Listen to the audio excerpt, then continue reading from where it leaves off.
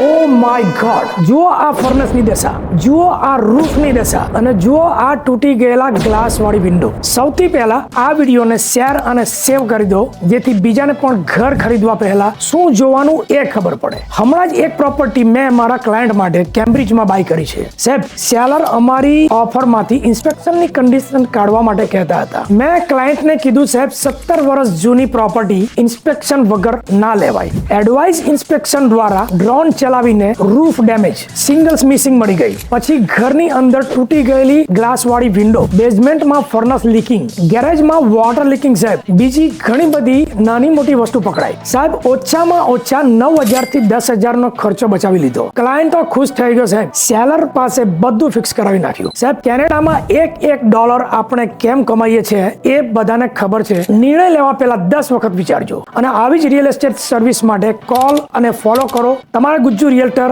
કે કલ્પેશ પટેલને અને કોન્ટેક્ટ કરો at 416-418-7039.